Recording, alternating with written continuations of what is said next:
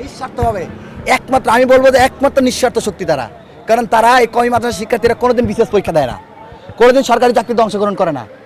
তাদের বিরুদ্ধে তিনি বিষোদ্গারমূলক বক্তব্য দিচ্ছেন, ধিক্কার জানাই আমরা বলছি আপনার এই বক্তব্য প্রত্যাহার করতে হবে।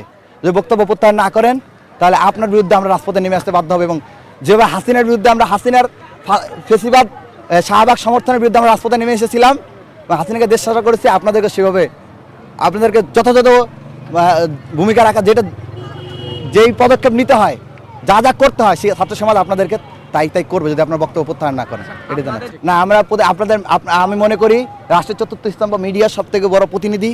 মিডিয়ার মাধ্যমে আমাদের দাবিগুলো আমরা রাষ্ট্র বরাবর পৌঁছে দিলাম।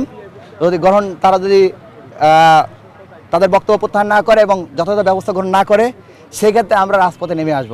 আমরা মনে করি যারা 24-এর খুনিদের প্রতি সহানুভূতিশীল, তাদের সাথে কোনো ফর্মাল সাক্ষাৎ হইতে পারে না, কোনো ফর্মালিটিস হইতে পারে না।